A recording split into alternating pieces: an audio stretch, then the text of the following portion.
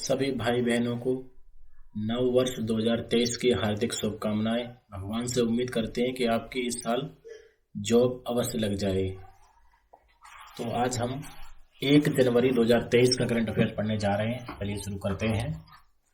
पहला प्रश्न है, अंतर्राष्ट्रीय क्रिकेट परिषद के द्वारा वर्ष 2022 के उभरते हुए खिलाड़ी पुरस्कार नामांकित सूची के पुरुष वर्ग में किसे शामिल किया गया है? तो इसका राइट आंसर है अर्शदीप सिंह। आईसीसी द्वारा 28 दिसंबर को नामांकित सूची की घोषणा की गई, जिसमें पुरुष वर्ग में अर्शदीप को और महिला वर्ग में यास्तिका भाटिया एवं रेणुका सिंह को नामित किया गया। ये जो है वर्ष 2022 के उभरते हुए खिलाड़ी हैं। बात करते हैं आईसीसी की। तो आईसीसी की फुल फॉर्म होती है इंटरनेशनल क्रिकेट काउंसिल, अर्थात अंतर्राष्ट्रीय क्रिकेट परिषद। इसकी स्थापना 15 जून 1909 को हुई थी। इसका मुख्यालय दुबई, संयुक्त अरब अमीरात में है। वर्तमान चेयरमैन कौन है? Greg Barclay. और आईसीसी की मोटो क्या है? Cricket for good. अगला प्रश्न है, म्यांमार की अदालत ने किस नोबेल पुरस्कार विजेता को भ्रष्टाचार के आरोप में 7 वर्ष की जेल की सजा सुनाई है? तो उनका नाम है आंग सांग सू की। ये कहाँ की है? म्यांमार की है। म्यांमार की राजधानी है नेपिडा। प्रेसिडेंट कौन है? डॉक्टर मिंट स्वे। म्यांमार में वर्ष 2021 के फरवरी माह में सेना ने अपने हाथ में देश की बागडोर ले रखी है, जो अब आने वाले वर्ष 2023 में नए सिरे से चुनाव कराने की घोषणा कर दी है। यानी शासन कौन चला रहा था? वहां की सेना चला रही थी। अब वहां पर चुनाव करवाए जाएंगे। अगला प्रश्न है, कौन सी अंतरिक्ष एजेंसी अप्रैल 2023 में Jupiter Icy Moons explorer, short में कहते हैं ज्यूस लॉन्च करेगी? तो ज्यूस की फुल फॉर्म क्या होगी? Jupiter Icy Moons explorer. तो उस अंतरिक्ष एजेंसी का नाम है जो लॉन्च करेगी यूरोपीय अंतरिक्ष एजेंसी। इसकी स्थापना 30 मई 1975 को यूरोप में हुई थी। इसका मुख्यालय पेरिस, फ्रांस में है। वर्तमान सीईओ कौन है? जोसेफ अस्बेकर। अब बात करते हैं फ्रांस की। तो फ्रांस के प्रधानमंत्री कौन है? Elizabeth Borne. और राष्ट्रपति Emmanuel Macron. European Space Agency ने अप्रैल 2023 में Jupiter Icy Moons Explorer launch करने की घोषणा की है। बृहस्पति के लिए यह यूरोप का पहला समर्पित रोबोटिक मिशन होगा। इस मिशन के जुलाई 2031 में बृहस्पति ग्रह पर पहुंचने का लक्ष्य निर्धारित किया गया है।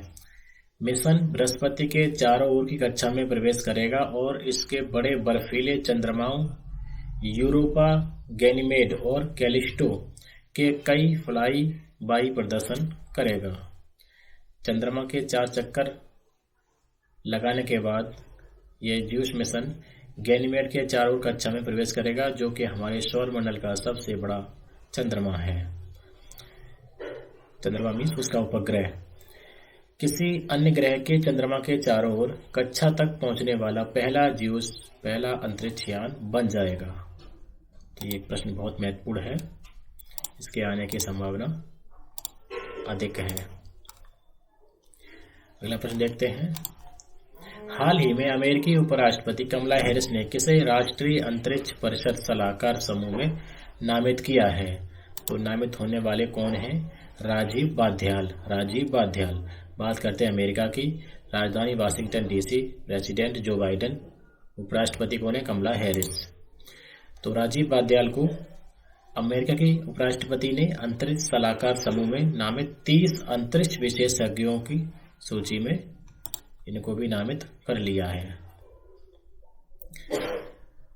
अगला प्रश्न है, हाल ही में किसने स्टे सेफ ऑनलाइन अभियान शुरू किया है? तो ये शुरू किया है अश्विनी वैष्णव ने। भारत के पास दिसंबर 2022 से नवंबर 2023 तक G20 की अध्यक्षता है। इस दौरान केंद्रीय सूचना मंत्री अश्विनी वैष्णव कौन है? सूचना मंत्री हैं। इन्होंने G20 तैयारी बैठकों के हिस्से के रूप में G20 Global Digital Innovation Alliance programme और से स्टे सेफ ऑनलाइन अभियान की शुरुआत की है। चलिए इसके बारे में जानते हैं। तो भारत में इंटरनेट यूजर की संख्या तेजी से बढ़ रही है, जिससे कई तरह की चुनौतियां सामने आ रही हैं। ऑनलाइन ठगी या साइबर जोखिम के मामले भी दिन प्रतिदिन बढ़ते जा रहे हैं।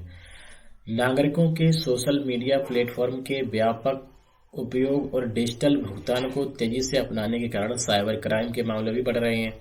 तो स्टे सेफ ऑनलाइन कैंपेन का उद्देश्य यही है कि नागरिकों को ऑनलाइन दुनिया में सुरक्षित रहने के लिए जागरूक करना है। यह अभियान सभी आयु वर्ग के नागरिकों, विशेष रूप से बच्चों, छात्रों, महिलाओं, वरिष्ठ नागरिकों, अधिकारियों आदि को साइबर जोखिम और इससे निपटने के तरीके के बारे में जागरूक किया जाएगा। इस अभियान के अंतर्गत अंग्रेजी, हिंदी और स्थानीय भाषाओं के माध्यम से लोगों को जानकारी दी जाएगी कि किस तरह से हम साइबर क्राइम से बच सकते हैं। अगला प्रश्न है, हाल ही में किस मंत्रालय ने खान पर्यटन को बढ़ावा देने के लिए 8 इको पार्क का निर्माण किया है? तो उस मंत्रालय का नाम है कोयला मंत्रालय। कोयला मंत्रालय ने खान पर्यटन को बढ़ावा देने के लिए 8 इको पार्क निर्मित किए हैं। खान पर्यटन यानी माइन टूरिज्म में लोगों की दिलचस्पी बढ़ाने के लिए वर्ष 2023 तक 2 और ऐसे पार्क बनकर तैयार किए जाएंगे। भारत सरकार ने उड़द और अरहर दालों के मुक्त आयात को किस वर्ष तक बढ़ा दिया है? तो ये समय सीमा है 31 मार्च 2024 तक की। भारत सरकार ने उड़द और अरहर दालों के मुक्त आयात को 1 वर्ष और बढ़ाकर 31 मार्च 2024 तक कर दिया है। इससे पहले मार्च 2022 में सरकार ने 31 मार्च 2023 तक अरहर और उड़द के मुक्त आयात की अनुमति दी थी, यानी इन पर जो है वो कर नहीं लगेगा। तो ये मुक्त आयात इसका किया जाएगा। किसने वित्तीय स्थिरता रिपोर्ट दिसंबर 2022 में लॉन्च की है? तो रिपोर्ट जारी करता कौन है? आरबीआई। इसकी स्थापना 1 अप्रैल 1935 को कलकत्ता में हुई थी। राष्ट्रीयकरण कब हुआ? 1 जनवरी 1949 को। मुख्यालय मुंबई, महाराष्ट्र में। वर्तमान गवर्नर शक्तिकांत दास हैं आरबीआई के। आरबीआई ने अपनी वित्तीय स्थिरता रिपोर्ट जारी की है। आरबीआई वर्ष में 2 बार ये रिपोर्ट जारी करती है। अपने नाम के अनुसार यह देश की वित्तीय स्थिरता की स्थिति का विवरण देती है और इसे सभी वित्तीय क्षेत्र के नियामकों के योगदान को ध्यान में रखकर तैयार किया जाता है। हाल ही में राष्ट्रपति महोदय ने किस राज्य के 2 मंदिरों में प्रसाद परियोजना की आधारशिला रखी है? तो इसका आंसर है तेलंगाना। तेलंगाना की राजधानी कहाँ है? हैदराबाद। मुख्यमंत्री श्री के चंद्रशेखर राव, राज्यपाल तमिल साई सुंदरराजन। राष्ट्रपति महोदया ने 28 दिसंबर को केंद्रीय पर्यटन मंत्रालय के तीर्थ यात्रा, कायाकल्प और आध्यात्मिक विरासत विस्तार अभियान योजना के तहत विकसित किए जाने वाले तेलंगाना के 2 परियोजना, भद्राचलम मंदिर समूह परियोजना और रुद्रेश्वर, इसको रामप्पा भी कहते हैं, मंदिर परियोजना की आधारशिला रखी है। काफी इंपोर्टेंट प्रश्न है। किस राज्य सरकार ने हाल ही में मेडिकल कॉलेजों में ई सुश्रुत अस्पताल प्रबंधन सूचना प्रणाली का उद्घाटन किया है? तो ये किया गया है उत्तर प्रदेश में, राजधानी लखनऊ। वर्तमान मुख्यमंत्री श्री योगी आदित्यनाथ जी, राज्यपाल श्रीमती आनंदीबेन पटेल जी। यूपी के सभी अस्पतालों में हॉस्पिटल मैनेजमेंट इंफॉर्मेशन सिस्टम लागू हो गया है। इस सुविधा से मेडिकल कॉलेजों में अब ऑनलाइन बेड पंजीकरण, डॉक्टर, आईसीयू और ऑपरेशन की बुकिंग की सुविधा मिलेगी। अगला प्रश्न है, हाल ही में विक्रम साराभाई की 51वीं पुण्यतिथि कब मनाई गई? तो ये मनाई गई 30 दिसंबर को। ये का जन्म कहाँ हुआ था? गुजरात में हुआ था। गुजरात की राजधानी है गांधीनगर। और अभी नवनियुक्त 18वें मुख्यमंत्री कौन बने हैं? श्री भूपेंद्र भाई पटेल। राज्यपाल कौन है? श्री आचार्य देवव्रत। तो 12 अगस्त 1919 को गुजरात के अहमदाबाद में जन्मे विक्रम साराभाई न केवल इसरो के पहले चेयरमैन थे, बल्कि उनकी बदौलत ही भारतीय अंतरिक्ष कार्यक्रम की शुरुआत भी हुई थी। विक्रम साराभाई ने ही मौजूदा भारत सरकार को अंतरिक्ष कार्यक्रम की शुरुआत के लिए प्रेरणा दी थी। कहा जाता है कि जब रूस ने अपने पहले अंतरिक्ष यान स्पुतनिक का प्रक्षेपण किया था, उस दौरान विक्रम साराभाई ने मौजूदा सरकार से भारत के अपने अंतरिक्ष कार्यक्रमों की शुरुआत के लिए आग्रह किया। विक्रम साराभाई की सलाह पर भारत सरकार ने साल 1962 में इनकोस्पार अर्थात शॉर्ट में कहते हैं INCOSPAR, Indian National Committee for Space Research की स्थापना की, जिसके बाद अंतरिक्ष की दुनिया में भारत के नए युग का प्रारंभ हुआ। इसरो के संस्थापक थे विक्रम साराभाई। तो भारतीय अंतरिक्ष अनुसंधान संगठन या कहें भारतीय अंतरिक्ष अनुसंधान संस्थान इसरो की स्थापना विक्रम साराभाई ने ही की थी। विक्रम साराभाई ने 15 अगस्त 1969 को स्वतंत्रता दिवस के अवसर पर इसरो की स्थापना की थी। बहुत इंपॉर्टेंट है पॉइंट ये। हालांकि इसकी नींव साल 1962 में ही पड़ गई थी, इसके बाद में पुनर्गठित करके इसरो नाम दिया गया था। तो ये सभी पॉइंट बहुत महत्वपूर्ण हैं। सॉरी। भारतीय अंतरिक्ष अनुसंधान संस्थान की स्थापना के बाद विक्रम साराभाई को इसरो का पहला चेयरमैन नियुक्त किया गया। ये भी पॉइंट इंपॉर्टेंट है। भारतीय अंतरिक्ष कार्यक्रमों में अपने इन्हीं योगदान के कारण विक्रम साराभाई को भारतीय अंतरिक्ष कार्यक्रमों का जनक कहा जाता है, father of Indian space programmes. Very very important. और 30 दिसंबर 1971 की रात तिरुवनंतपुरम केरल में इनका देहांत हो गया। तो इनकी अभी हाल ही में 51वीं पुण्यतिथि यानी जयंती मनाई गई। तो काफी इंपॉर्टेंट प्रश्न है। किस राज्य सरकार ने BMLTA विधेयक 2022 पारित किया है? तो ये पारित किया है कर्नाटक सरकार ने। कर्नाटक की राजधानी है बेंगलुरु। मुख्यमंत्री श्री बसवराज बोम्मई, राज्यपाल श्री थावरचंद गहलोत। तो कर्नाटक विधानसभा ने Bengaluru metropolitan land transport authority विधेयक जो है 2022 को पारित हाल ही में कर दिया है। प्रधानमंत्री जी की माताजी जिनका नाम था हीराबेन, उनका कितनी वर्ष की आयु में निधन हो गया? तो वे 100 वर्ष की थी। हम भगवान से प्रार्थना करते हैं कि उनको अपने ऐसी जड़ों में स्थान दें। तो ये कहाँ की थी? गुजरात की थी। राजधानी गांधीनगर है। 18वें मुख्यमंत्री श्री भूपेंद्र भाई पटेल, राज्यपाल श्री आचार्य देवव्रत। तो अहमदाबाद के अस्पताल UN Mehta institute of cardiology and research centre में इनका स्वर्गवास हुआ। किस तारीख को? 30 दिसंबर 2022 को। तो ये तारीख आप याद रखिए, उनका नाम याद रखिए। अगला प्रश्न है क्रांतिवीर उकियांग नांगबा। क्रांतिवीर उकियांग नांगबा जयंती किस दिन को मनाई जाती है? तो ये अभी हाल ही में 30 दिसंबर को मनाई गई। तो इनका संबंध किस राज्य से है? मेघालय से है। तो मेघालय की राजधानी शिलोंग है। मुख्यमंत्री कॉनराड संगमा है। राज्यपाल BD मिश्रा है, जिनको अतिरिक्त प्रभार दिया गया है। तो उकियांग नांगबा जी एक महान स्वतंत्रता सेनानी थे, जो मेघालय के स्वतंत्रता आंदोलन में अपने जीवन की सबसे महत्वपूर्ण भागीदारी दी थी। क्रांतिवीर जी की जयंती 30 दिसंबर को मनाई जाती है। इसे बलिदान दिवस के रूप में भी मनाया जाता है और इस दिवस पर उनके योगदान को ध्यान में रखा जाता है। अगला प्रश्न है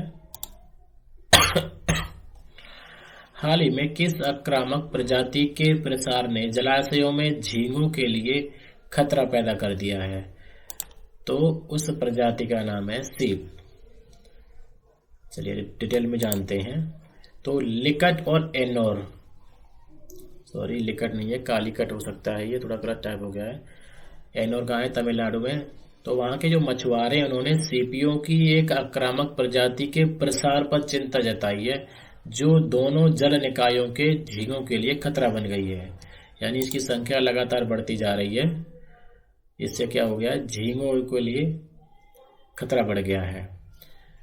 तो एनोर कहाँ है? तमिलनाडु में। तो राजधानी तमिलनाडु की चेन्नई है। मुख्यमंत्री श्री M.K. स्टालिन ने, राज्यपाल RN रवि जी हैं। किस राज्य में नीम के पेड़ों को डाईबैक रोग से पहचाना गया? तो इसका आंसर है तेलंगाना। राजधानी हैदराबाद। मुख्यमंत्री K. चंद्रशेखर राव, राज्यपाल तमिल साई सुंदरराजन। तो नीम के पेड़ों की पहचान तेलंगाना में डाइवेक रोग से हुई, अर्थात डाइवेक रोग जो है वो नीम की पत्तियों में पाया गया और इससे क्या हुआ, ये रोग जो है टहनियों और फूलों को प्रभावित करता है। डाइवेक रोग को शीर्षारंभी क्षय रोग भी कहते हैं, शीर्षारंभी क्षय रोग। तो ये रोग अभी कहाँ पाया गया, तेलंगाना के नीम के पौधों में। ओमेगा सेंटोरी तारा समूह में हीलियम संवर्धित तारों की खोज की गई है। ओमेगा सेंटोरी की खोज सर्वप्रथम किस वर्ष की गई थी, ये प्रश्न इंपॉर्टेंट है। तो 1677 में की गई थी। डिटेल में जानते हैं। तो ओमेगा सेंटोरी तारा समूह में हीलियम संवर्धित तारों की खोज की गई है। द एस्ट्रोफिजिकल जर्नल में प्रकाशित अध्ययन के अनुसार भारतीय तारा भौतिकी संस्थान अर्थात इंडियन इंस्टीट्यूट ऑफ एस्ट्रोफिजिक्स के वैज्ञानिकों ने ओमेगा सेंटोरी तारा समूह या कहें ग्लोबुलर क्लस्टर में हीलियम संवर्धित चमकीले तारों की खोज की है। ये तारे हमारी आकाशगंगा में स्थित सबसे बड़े तारा समूह ओमेगा सेंटोरी के धातु समृद्ध भाग में मिले हैं। ओमेगा सेंटोरी के इन ठंडे चमकीले तारों में हीलियम की मात्रा को मापने के लिए दक्षिणी अफ्रीकी लार्ज टेलीस्कोप से प्राप्त उच्च रेजोल्यूशन स्पेक्ट्रा का उपयोग किया गया था। ग्लोबुलर क्लस्टर अर्थात लाखों तारों का एक ऐसा सघन समूह है जो अंतरिक्ष में एक ही गैसीय बादल से निर्मित होता है। इसलिए आमतौर पर इससे बनने वाले तारों में मौलिक तत्वों की रासायनिक संरचना एक समान होती है। लेकिन ऐसे भी क्लस्टर हैं यानी समूह हैं जिनमें यह नियम आवश्यक रूप से लागू नहीं होता है। जैसे ओमेगा सेंटोरी के विभिन्न तारों में एक ही प्रकार की धातु सामग्री नहीं पाई गई। अधिकांश तारों में हाइड्रोजन सबसे अधिक मात्रा में पाया गया। लेकिन यदि हाइड्रोजन की प्रचुरता कम होती है तो हीलियम की प्रचुरता बढ़ जाती है, क्योंकि हाइड्रोजन और हीलियम का योग एक स्थिरांक होता है, जबकि अन्य भारी तत्व भी अल्प मात्रा में मौजूद होते हैं। अब जो प्रश्न पॉइंट इंपॉर्टेंट है तो वो है कि इंडियन इंस्टीट्यूट ऑफ एस्ट्रोफिजिक्स अर्थात भारतीय तारा भौतिकी संस्थान कहाँ है, कर्नाटक में। ये क्या है, वेधशाला। ये वेधशाला 2015 से लगातार काम कर रही है। तो कर्नाटक में है, तो कर्नाटक की राजधानी है बेंगलुरु। मुख्यमंत्री श्री बसवराज बोम्मई, राज्यपाल थावरचंद गहलोत जी। तो दोस्तों ये थे आज के 17 महत्वपूर्ण करंट अफेयर के प्रश्न। सभी को एक बार फिर से नव वर्ष की हार्दिक शुभकामनाएं। आप इसी तरह से अपनी तैयारी करते रहिए, आपको 100% जॉब मिलेगी। जय हिंद, जय भारत।